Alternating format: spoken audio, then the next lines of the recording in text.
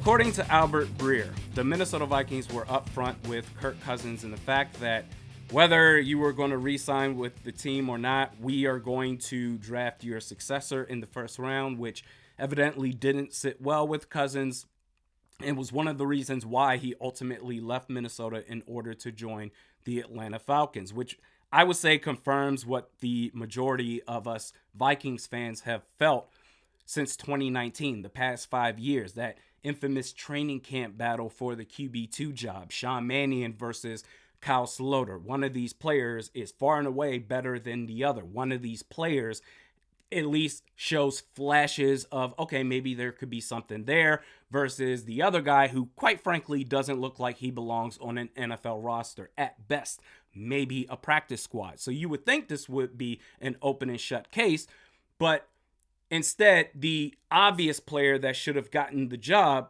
had to fight an uphill battle. Okay, fine. You want to rag on Kyle Sloter, and he's been around the league for a reason and has never been on an active NFL roster. Okay, fine. Tell me what it is about Sean Mannion that he deserves this job, why he needs to be the quarterback too.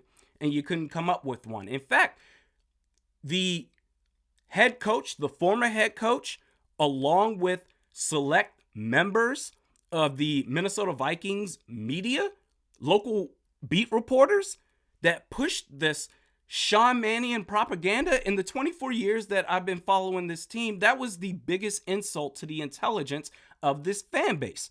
But a light bulb moment went off for me at that time. Okay.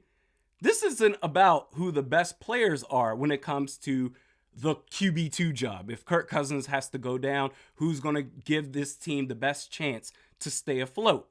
It's not about that. For the QB2, as long as Kirk Cousins is your starter, it's all about protecting the psyche, the fragile, soft mindset of one Kirk Cousins. We want to make sure that we don't have any sort of mistake that he makes, let's say an interception or even worse, a pick six. We don't want any chance to have him upset to where the crowd is just saying, oh my God, bring in this guy. No one's ever going to say, we want Sean Mannion. No one was ever going to do that. And Breer's report confirms it. Kirk Cousins wants all the money, all the guarantees, a no trade clause, and no threat of a viable QB2. You had the American dream. Your job security was airtight, full autonomy with peak benefits. And what did you do with that job security? You pissed your pants on 4th and 8. So you left. Good riddance. I can't take this no more. You're going to draft my successor? The hell I look like? I'm Kirk Cousins. I'm going to leave this team. You left the Vikings because they were going to draft your successor. And the irony is you went to another team that used a top 10 pick to draft your successor.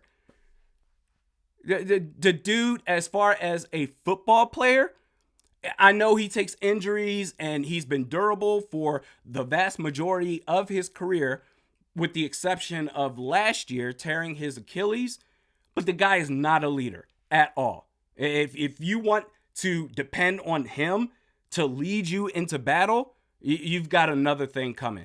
Good riddance. Incredibly soft as a leader. Moving forward from that, I want to take a stab at the potential starters on this Vikings team. And I want to start with the defense first.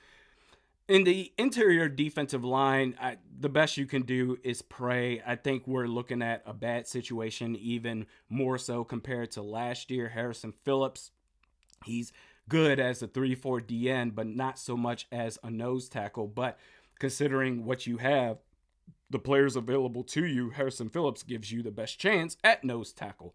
Okay, fine. Jonathan Bullard, I'm okay with as a DN.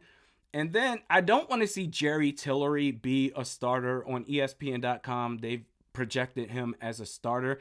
I would say Jacalyn Roy, go ahead and give him a shot. But either way, this is the best of a bad situation that the Vikings are going to find themselves in for the 2024 season. Then you get to the second level, and that's where it gets sexy. Your edge rushers, Jonathan Greenard and Dallas Turner.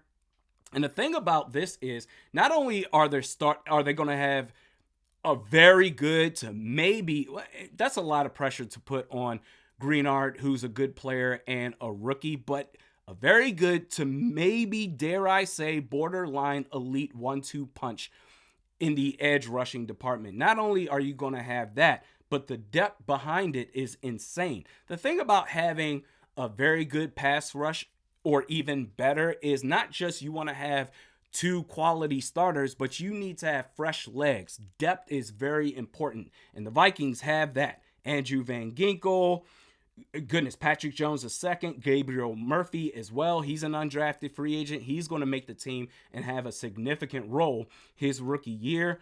Inside linebacker, your starters, obviously, it's going to be Blake Cashman and Ivan Pace Jr. coming back for year 2. And then you get to the secondary. Byron Murphy Jr., he's a lock. His versatility as far as being able to play outside or inside is very valuable. As far as him going inside in this hypothetical scenario, if he has to play outside, okay, fine. Your second outside corner, right now, I would say it's a Caleb Evans' job to lose. However, Mekhi Blackmon, Shaq Griffin, they're breathing down his neck. Any more screw-ups from a Caleb Evans, this training camp is going to be very important. I am actually going to project that I think Mekhi Blackmon is going to take Evans' job. I think he is, as a starting corner. Now, when Murphy goes inside, then it becomes Caleb Evans versus Shaq Griffin. I don't think he ultimately goes to the bottom of the depth chart, but he's on thin ice. And then at safety, Harrison Smith, Cam Bynum, and Josh Metellus as the Swiss Army knife. Moving to offense, and I'm gonna go to quarterback last.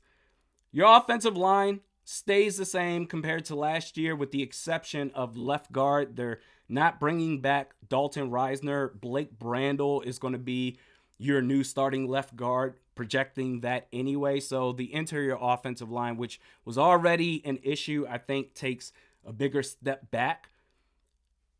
Your tight end, TJ Hawkinson, but while he's out, assuming that he starts the year on the PUP list, I did see a report that he's ahead of schedule, so that's something to keep an eye out for. Josh Oliver or Johnny Munt is going to be between those guys for the tight end 1 job. And then at wide receiver, Justin Jefferson, obviously, Jordan Addison, wide receiver 1 and 2 respectively. Brandon Powell, I thought it was a foregone conclusion. I assumed it was a foregone conclusion that he was going to be the wide receiver 3. But I gotta say, man, I'm going to project that there's going to be a battle between Powell and Tristan Jackson. I think he's going to make the roster. Jackson has the ability to, on occasion, make big plays. He's a bigger receiver than Brandon Powell. I'm going to throw him in the mix. And in fact, if I had to give an outright guess, Tristan Jackson. He's your wide receiver 3. And I like Brandon Powell a lot, but I think Tristan Jackson can provide a little bit more oomph to that spot, especially with all the attention going to be given to Jefferson and Addison. Aaron Jones, he's going to be your starting running back, obviously. Quarterback, to start the year, I think it's going to be Sam Darnold. I think there's quite a few things that J.J. McCarthy is going to have to work on. I don't know if he's going to be able to learn all of those things, trusting his receivers in the pocket, not necessarily bailing out. Although when he does bail out, the man makes elite passes. I don't know if he's going to learn all of those things in training camp. I think it's going to take training camp and a couple of weeks in the regular season, and for Sam Darnold to struggle a little bit. But don't force J.J. McCarthy, even if Sam Darnold is struggling. I'm going to say the starter at quarterback, at least to begin the season, is going to be Sam Darnold. And then going to your kicker, I'm going to give that to Will Reichard ahead of John Parker Romo. So your thoughts in the comments section below. Kirk Cousins as a leader is soft. And your starters defensively from the second level and beyond is going to be really good. On offense, Sam Darnold or J.J. McCarthy only if he's ready. This offense has the potential to be very, very good.